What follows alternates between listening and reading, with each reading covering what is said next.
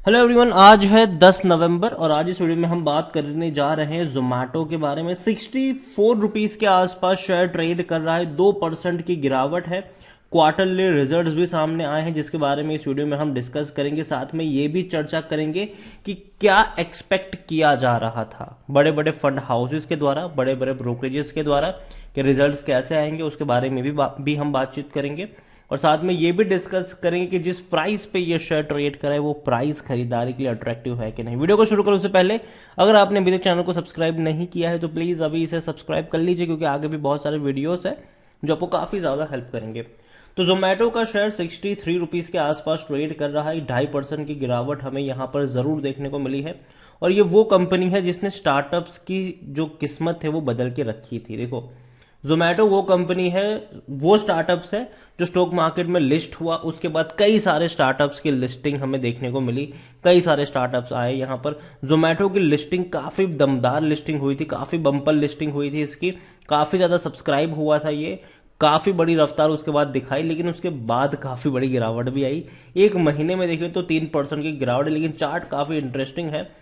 टूटकर बिखरा, वापस तेजी, वापस टूटा, वापस तेजी। लेकिन एक साल का अगर हम ग्राफ देखें तो काफी दुख होता है कि 55% की गिरावट दिखा चुका। 160 रुपए का था ये, 160 रुपए लगातार टूटा। और एक वक्त ऐसा भी आया था जब ये 40 रुपए के करीब पहुंच गया था। और अगर आप चैनल को रेगुलर फॉलो कर रहे हो तो जब ये डाउनवर्ड्स देखने को मिल रही थी, मैंने वीडियो कई सारे बनाए थे, मैंने कहा था कि 50 रुपए के नीचे मुझे जोमेटो का शेयर महंगा नहीं लग रहा है। 50 रुपए के नीचे अगर जोमेटो मिलता है खरीदो। अभी भी मेरी 50 के नीचे अगर जाता है तो मेरी बाइंग की रिकमेंडेशन तब तो जरूर रहेगी, लेकिन उसके बाद काफी बड़ी रफ्तार इसने दिखाई जरूर, फिर वापस अभी ये करेक्शन दिखा रहा है। और हो सकता है कि थोड़ा सा करेक्शन देखने को मिले, लेकिन अगर करेक्शन आता है तो खरीदारी के मौके भी बनेंगे। और कहां पर मौके बनेंगे वो डिस्कस करें उससे पहले नजर करें जोमेटो की। तो देखो, रिजल्ट्स इनके जो आए हैं सबसे पहले उसके बारे में बात करें, उससे पहले हम ये चर्चा करते हैं कि क्या एक्सपेक्टेड था।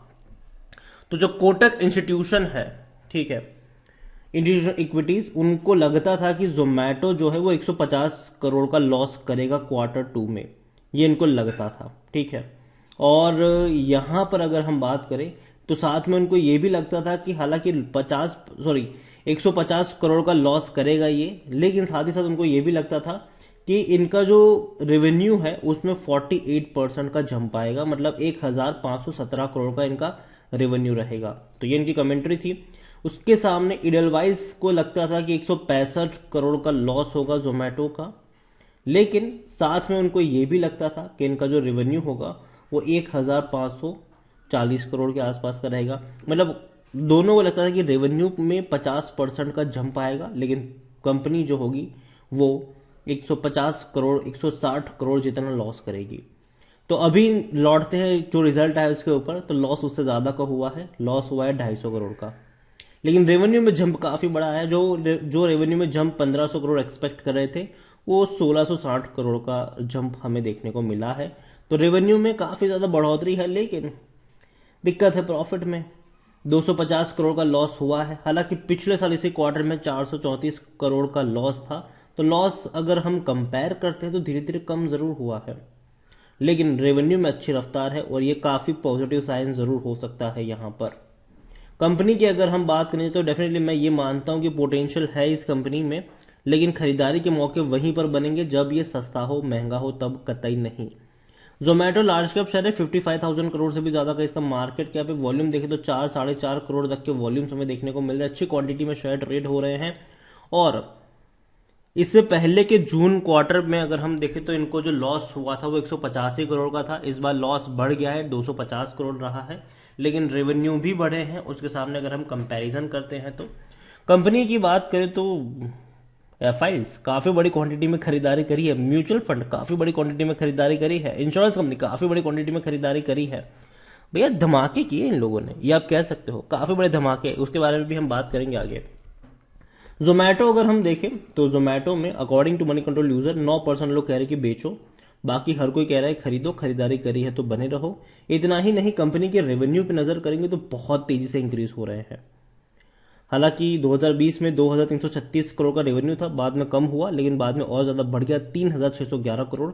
अभी और बढ़ेंगे क्योंकि पहले क्वार्टर में रेवेन्यू रहा है 1400 करोड़ से भी ज्यादा का, दूसरे क्वार्टर में 1660 करोड़ के आसपास का रहा है।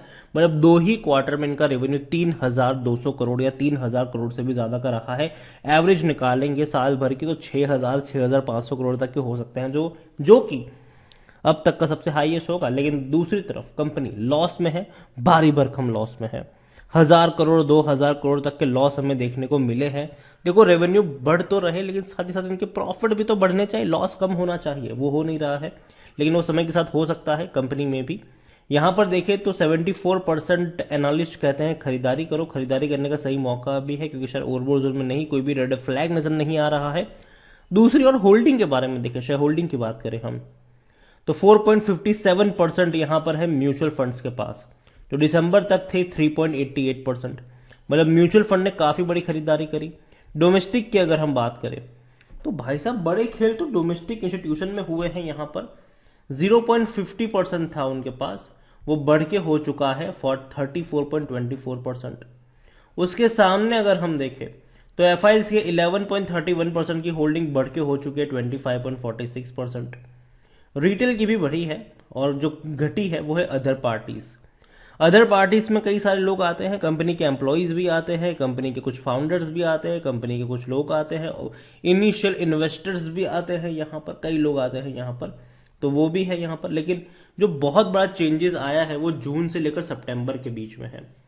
आप देखिए जून 2022 में जब शेयर सस्ता था तब 2.37% था म्यूचुअल फंड के पास, वो बढ़ के 4.57। डोमेस्टिक के पास नहीं थे, कुछ नहीं था, वो बढ़ गया।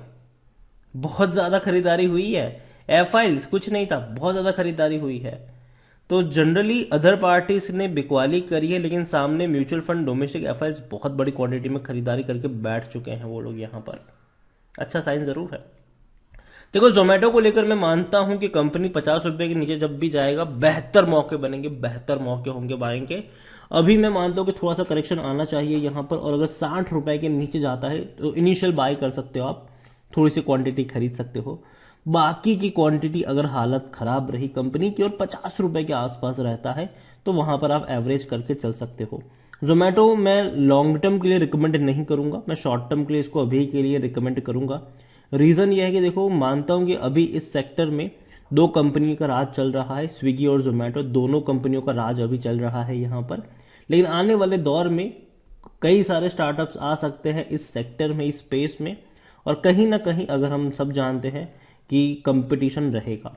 जोमेटो ने अगर हम बात करें तो हाल फिलहाल में ब्लिंकिट को खरीदा हुआ था, काफी बड़ा पैसा उन्होंने ब्लिंकिट में लगाया, और काफी बड़ा कह सकते हैं कि ब्लिंकिट भी लॉस मेकिंग ही है। और वहां पर भी कंपटीशन अगर आप देखो तो कई ज्यादा कंपटीशन है, चाहे उनको बिग बास्केट से कंपटीशन मिल रही हो, चाहे उनको ग्रोफर से चाहे उनको जेप्टो से कंपटीशन मिल रही हो, चाहे उनको डेंजो से मिल रही हो, या फिर चाहे और कुछ स्टार्टअप्स हो।